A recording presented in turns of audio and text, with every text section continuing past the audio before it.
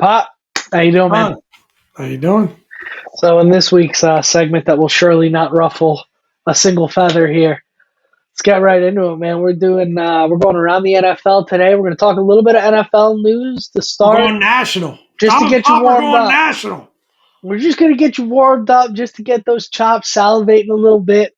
We're going to talk some NFL news, but then, more important, we're getting in our way too early 2025 quarterback tiers. Pop wants to call them the way too early. In my opinion, these are the end of season 2024 Oh, good. 2025 I thought way quarterback too tiers. early. Had a little bit more From of them. what I saw last year, this is how I feel good ranking the quarterbacks, where how I think they performed in the last year. So we're trying a new format out. So on Mondays we're going to give you heavy Commanders content.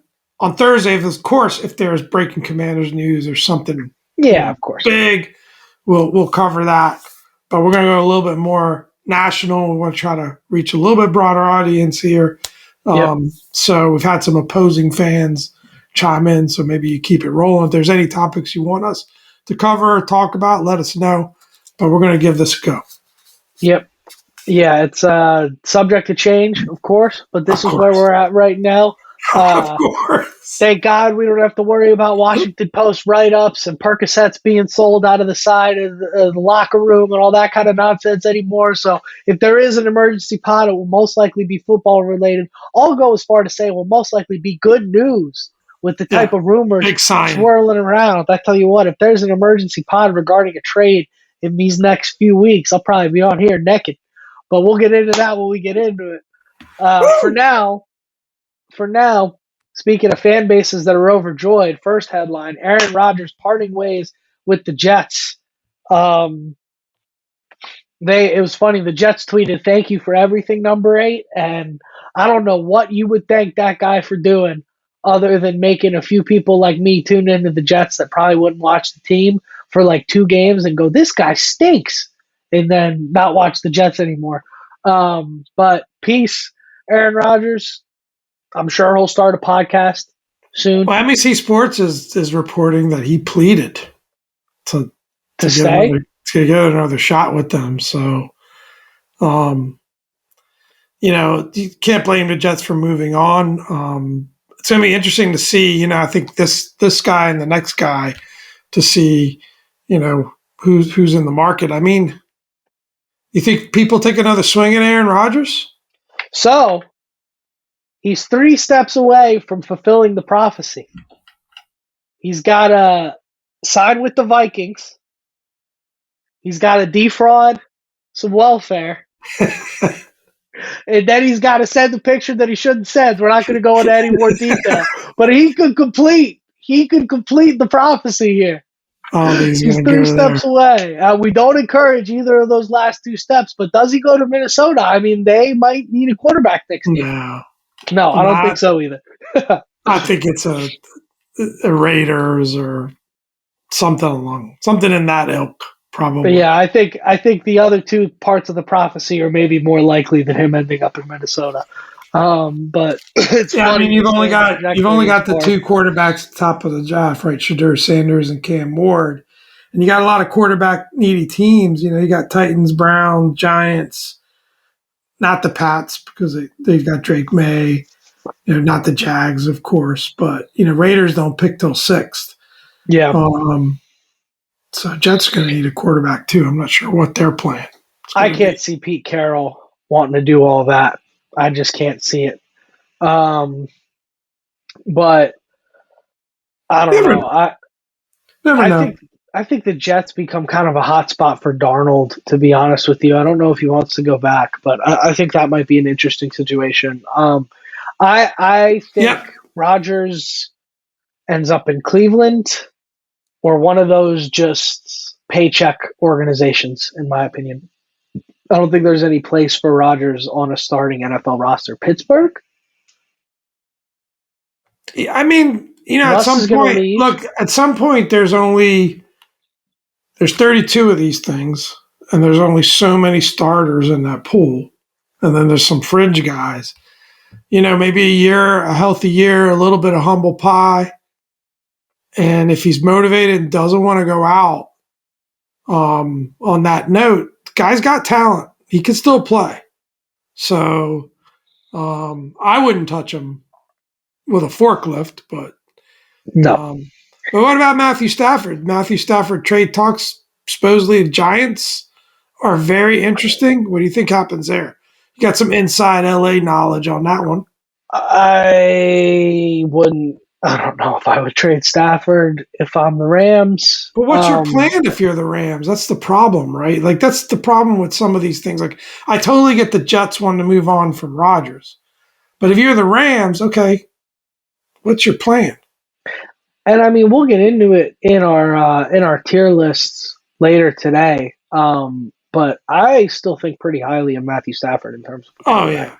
Still a really good player. So I just want to move on from him. I think, okay, so there's ties to the Giants. That's great. I don't think he wins anything or is relevant if he goes to the Giants. I think Pittsburgh should pick up the phone. I think Pittsburgh becomes immediately a contender in the AFC with Matt Stafford. I think they're a quarterback away from being a really good team. I think they're actually a quarterback away, not the Ron Rivera 2021 quarterback away. That would be my number one landing spot for Stafford. I don't know if there's any interest there. I can't imagine the Rams want to trade him in the NFC if they trade him. And I know for sure that the number 3 draft pick is off the table. The Giants will not trade that. So I think they were thinking maybe we can get that number 3 draft pick for him. But yeah, it says per CBS Sports, according to Pop, great addition there. Steelers, Vikings, and Giants, top spots for Stafford. I mean, Stafford on the Vikings would be a nightmare for us coming out of the NFC. I wouldn't want that for sure. It's an interesting one if you want to buy some more time for JJ McCarthy, but you don't want to overpay for Don't see that happening, though. It's interesting. It's an interesting option. Giants certainly need somebody. So yeah. That's the interesting thing with this draft. Do either Sanders or Cam Ward last beyond the first 2 picks? I mean, it's two teams that could use quarterbacks in the Titans and Browns, top 2 of the draft. So, yeah, we'll see. Yeah, I think you end up getting Ward going number 1, and I wonder if we get an Eli Manning situation with Shedeur and the Browns.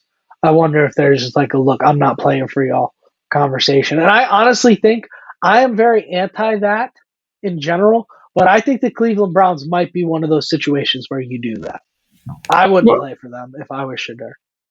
But I mean, I've seen a lot of people ranking Shedeur ahead of Ward too. So I mean, it's maybe one of those debatable situations. But yeah, it's going to be interesting. But that's another episode. Yeah, I'm not one of those people. Yeah. Anyways, we'll get into draft talk later for sure. Myles Garrett has requested a trade. At this particular moment, things change fast. At this particular moment, Cleveland is not picking up the phone. Right. So Cleveland's got to pick up the phone and trade him. I'm going to jump out and say right now, trade deadline. He's coming to Washington. I don't think he goes before then.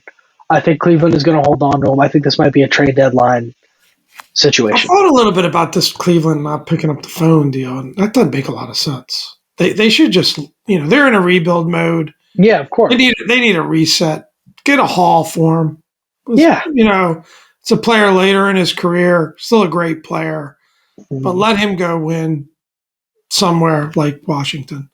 And I think it makes a lot of sense for Cleveland to just get some picks and rebuild with a younger team.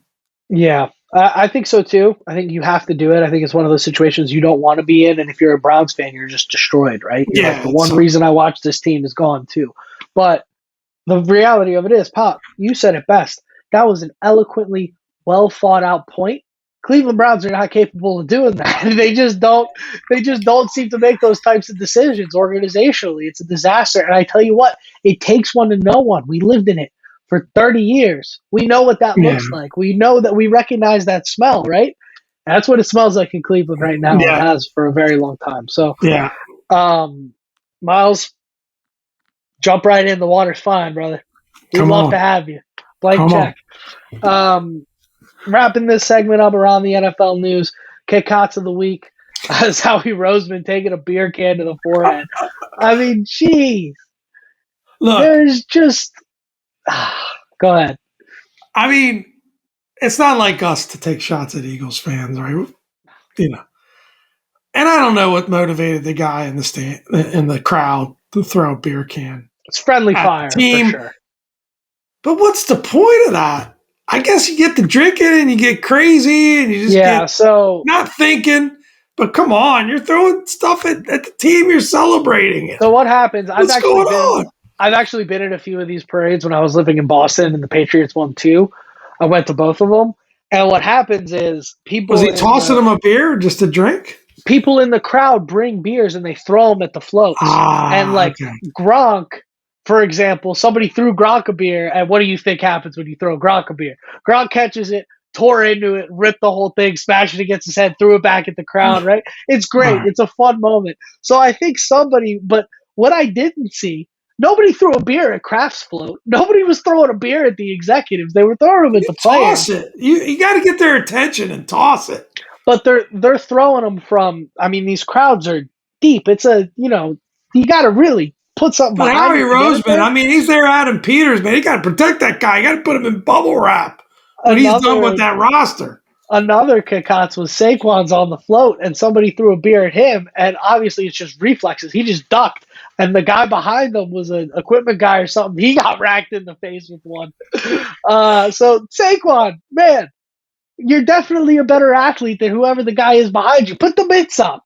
Put the mitts up, catch the beer. I think it's a special kind of stupid move to throw full beers and take that chance with your team.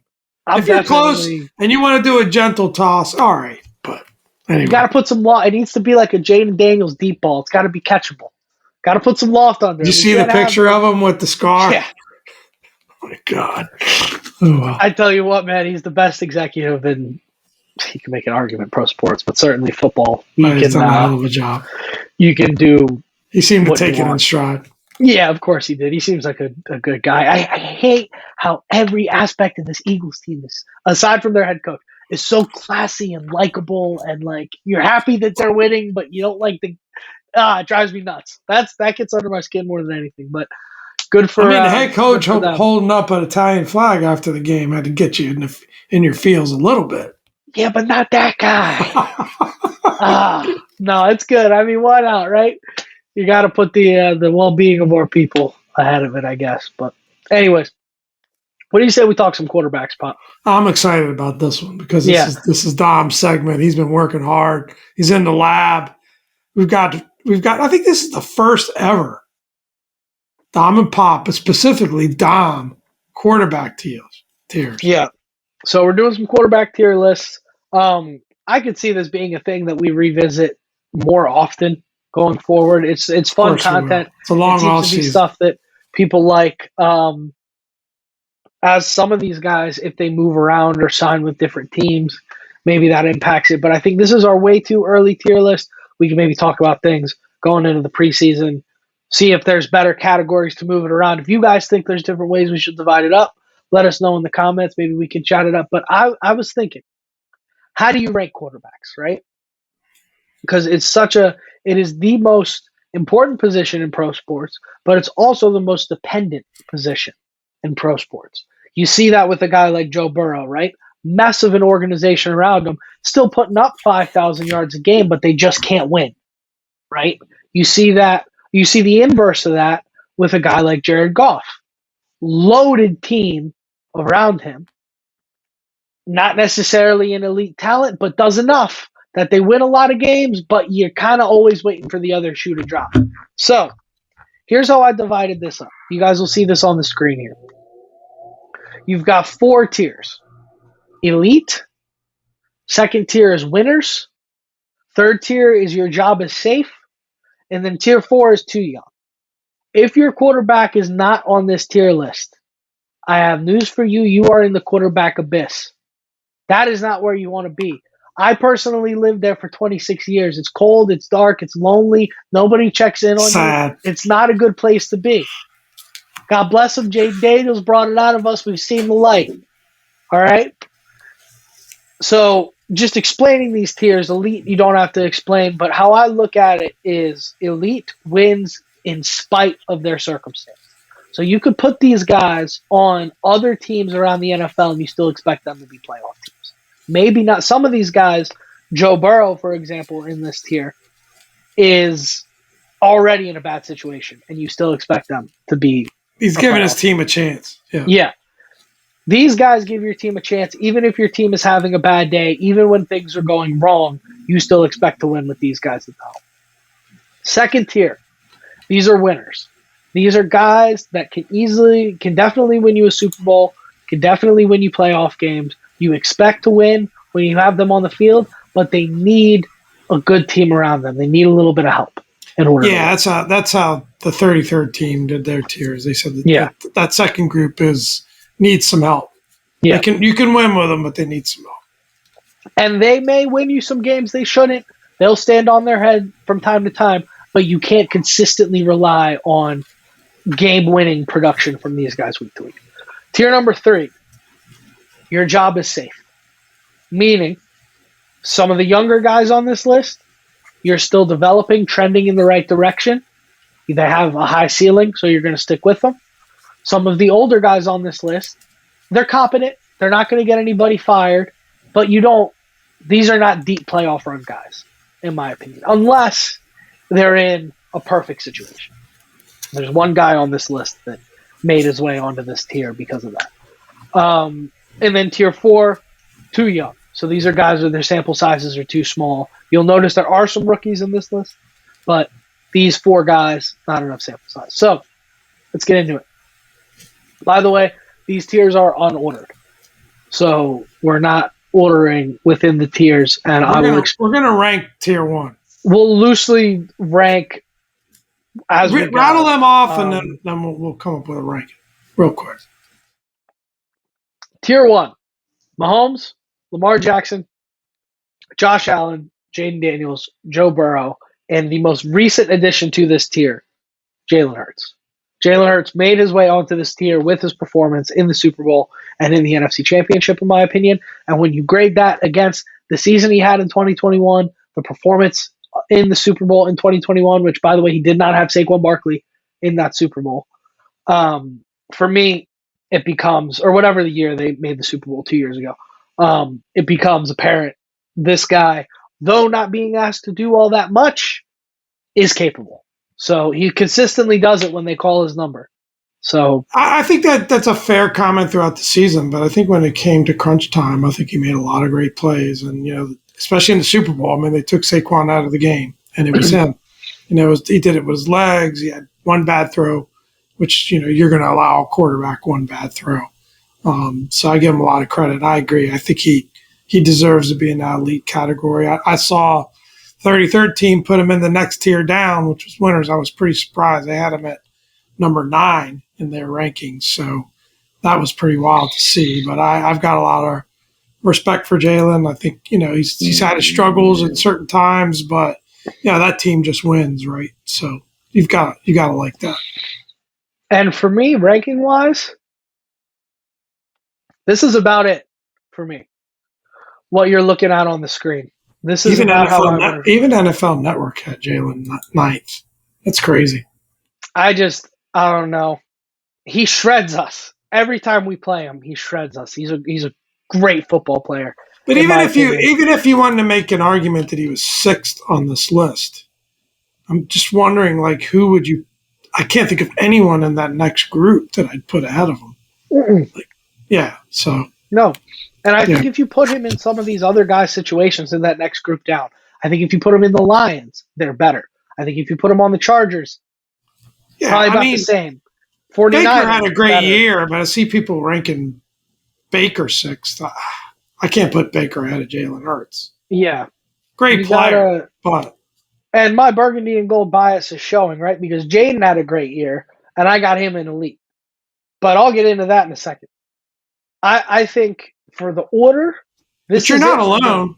I mean, that seems to be a consensus at this point. I don't know how it cannot be. Yeah. How would you change this order, and what are your knocks on some of these guys if you have knocks on any of them? I don't know. At this point, and you're seeing it in a lot of the rankings too, I think you can make the argument for Lamar. I think you can make the argument for Lamar. I mean, I'm not both 33rd and NFL Network have him one. So it's not just me saying. It's not just me saying that without any receipts or backup. On November 8th, who do I think is going to play a football game? Lamar Jackson or Pat Mahomes? Fine. The guy's 3-5 in the playoffs. This is not me trying to dig him, but if you're going to put him against the guy that went to 3 Super Bowls in a row, I have to see more playoff success than that. I agree. It's not a dig. I think he's a fantastic player. It's the reality, and it's a sad reality. I'd like to see them do better in the playoffs. I think he's a fantastic player. I can't put him ahead of a guy that just went to the Super Bowl 3 years in a row. That's fair. Off that. I can't do it. I think this order. So you got Pat, Lamar, Josh, Jaden, Joe, Jalen. I think, trying to be unbiased, I'd have no problem sliding Jaden to number 6 here or number 5 maybe. Just because, hey, let's see more in year 2. Let's just see more. Let's just put it out there and say, hey, you've worked your way into this group of players. You deserve that based on how you played in year 1, which is incredible for a rookie quarterback. But I don't have a problem saying let's earn moving your way up that list. Right. So that's why I would tend to kind of nudge Jaden to number 6 right now. And then I'd nudge Burrow to the left. So I'd go Pat, Lamar, Josh Allen, Joe Burrow, Jalen, and Jaden. That's what I do. It's a humble play by Pop. Just making him earn it a little more. I wouldn't now. Having said that, let me get this clear. I wouldn't trade Jaden Daniels for any of these guys. Straight up. Me neither. I wouldn't do it. Not for my team. But and so I it is only 1 year. Yeah, but that's the only knock on Jaden. Exactly. And for as much as you want to make that a knock, that it's only been 1 year, that's also insane. That in only 1 year, the guy has made it as far as everybody on this tier, except for Jalen Hurts and Patrick Mahomes in the playoffs. He's made it to a conference championship game. So it's as far as Lamar, Burrow, or I guess Burrow made that Super Bowl, sorry. He's made it as far as Lamar and Josh Allen have made it in the Super Bowl in his rookie year with the worst team any of these guys have ever played on by far. So NFL Network, I think this is interesting just to kind of run through this real quick. Like NFL Network, I think their rankings were based on performance from last year, not who they actually think is the best. But they had Lamar, Josh, they had Joe Burrow, and then they had Jared Goff, number 4. But crazy. they've got Jaden as number 5. And then the 33rd team had Kansas City, so they had Mahomes. Then they had Lamar, so similar to you, Josh Allen, then Jaden Daniels, number 4, and Joe Burrow, 5th. So, like I said, we're not the only ones showing respect to our guy. It's not just a homer pick. Some of these experts out there are got him in that elite category as well. No, the homer pick is how I truly feel, which is I think he's the best quarterback in the NFL. But I'm not ready to say that because I think if you brought an alien to the earth and you made them watch everybody play quarterback last year, I think they would say that number 5 kid is the best player at that position. But I think let's be realistic too, right? I think he's got room for improvement. Like I forget who the reporter was that talked about that he wasn't doing the best of jobs getting the team into the right play against Philly. Like there were many times where there was a mismatch in terms of defenders to offensive players based on where he decided to go with the ball. So I think that, I think that's the scary part with Jaden Daniels. I think he can make up for some of those rookie mistakes, let's call it, in terms of just continuing to learn the game and to make those right calls and to get his team in the right play, which I think he did an amazing job of all season long. Tough to do against best defense in the league. But, that's the scary part, that he's still growing. He's far from a finished product. The rest of the guys on this list are in year 4 or 5? Yeah. Minimum? certainly there were other guys in that tier that played against Philly this year, and he certainly outperformed them against Philly. Yeah. So that's just reality. I would probably put him 5 if I ordered this, and probably put him behind Burrow, give Burrow the respect that he made it to the Super Bowl. But that's it for this tier. We're not going to rank the next ones. Maybe we'll give our general high-low vibes on those guys. But tier 2 winners, these are guys that, again, you build a good team around them, you think they can win the Super Bowl. In this tier, we got Jared Goff, Justin Herbert, Brock Purdy. Pop probably would argue to take him out of this tier. I'll let him do that in a second. Baker Mayfield, Jordan Love, Matt Stafford, and CJ Stroud. For me, towards the top of this tier, I would go Stroud, Goff, Herbert. And then towards the bottom of this tier, you'd probably have Stafford and Purdy. Yeah, I agree with that. I think Baker's an interesting guy, right? I'd be super happy if I was in Tampa and he's my starting quarterback. I just think the guy balls, and he's a guy you can definitely win with if you build a team around him. Yeah, Jared Goff is interesting. I know people in Detroit are just going to scream from the tallest mountain, but he threw up all over himself against the mediocre defense. Let's face it, and the Commanders, right? I mean, the Commanders are not a great defense. And yeah, they got a lot out of the guys that they had, but the fact they were able to turn them over and as much as they did, it's just, I don't know. I'm a Jared Goff fan, and I'm rooting for the guy, but I just worry. I don't know if he's going to be able to get them to the mountaintop. Just not sure. But yeah, I agree. Yeah, the Brock Purdy, whatever. The jury's still out a little bit for me, but I also respect the fact that they seem to really like him in San Francisco, and there's some really smart football minds there. I don't have a real big problem. I give the guy a lot of credit. I think Stafford's been a guy that's been elite at times. He's just towards the tail end of his career. So yeah, I'm totally fine with it. I kind of agree with your takes there. Yeah.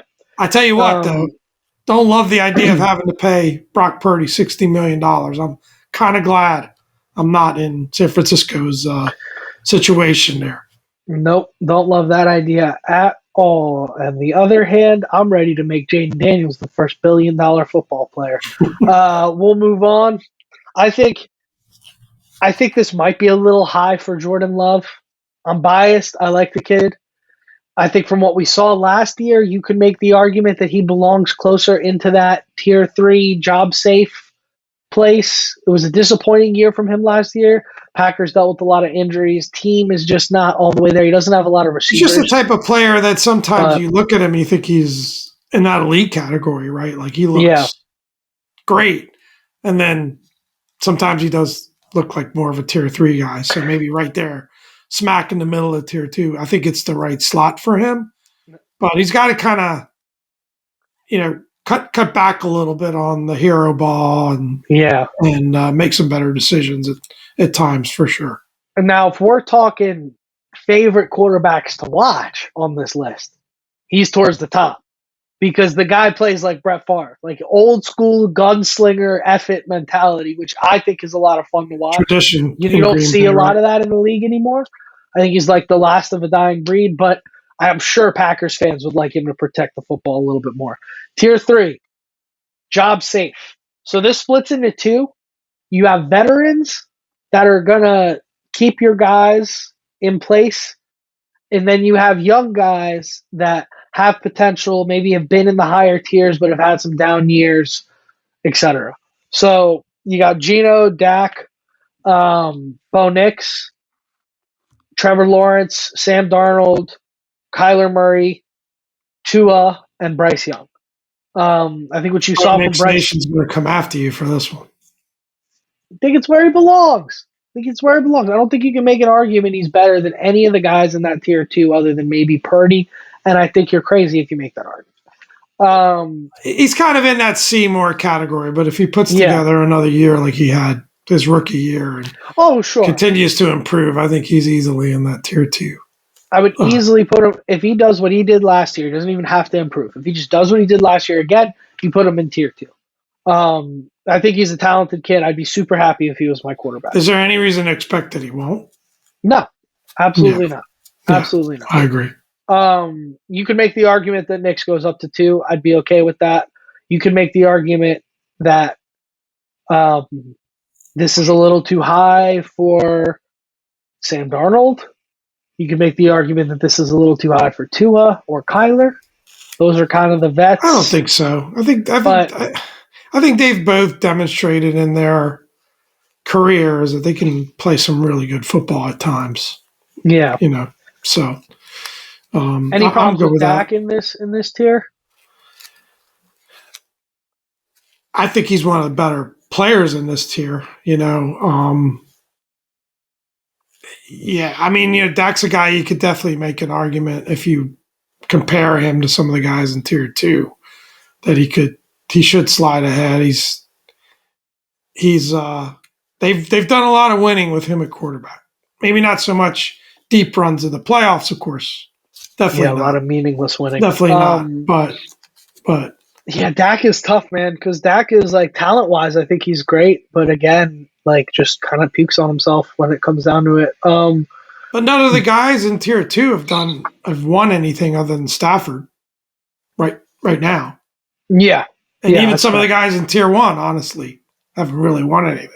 Yeah. So, I mean, only 2 of the guys in tier 1 have won. You can make an argument it's a little disrespectful towards Dak. The rest of them, I think having Young in tier 3, I would probably say he should go to tier 4, slide down to tier 4. Yeah. I thought we saw some good stuff, but the kid got benched last year. Well, he got benched, but the way he came back from getting benched and the way he played at the end of last year, combine that with his draft capital and the talent that we know the kid has, I think it was all up here for Bryce Young. I'm high on Bryce Young going forward. Yeah, I think I'd slide him into tier 4 with an up arrow, but I need to see a little bit more there. Yeah, so in tier 4, this is kind of our ungradable tier, in my opinion. Too young. Obviously, McCarthy tears his ACL before the season starts. That is what it is. Bummer. Drake May, I think, has played a lot of good ball. I like what Drake May has put on tape.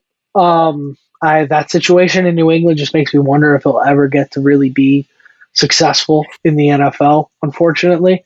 Penix Jr., I'm just not sure.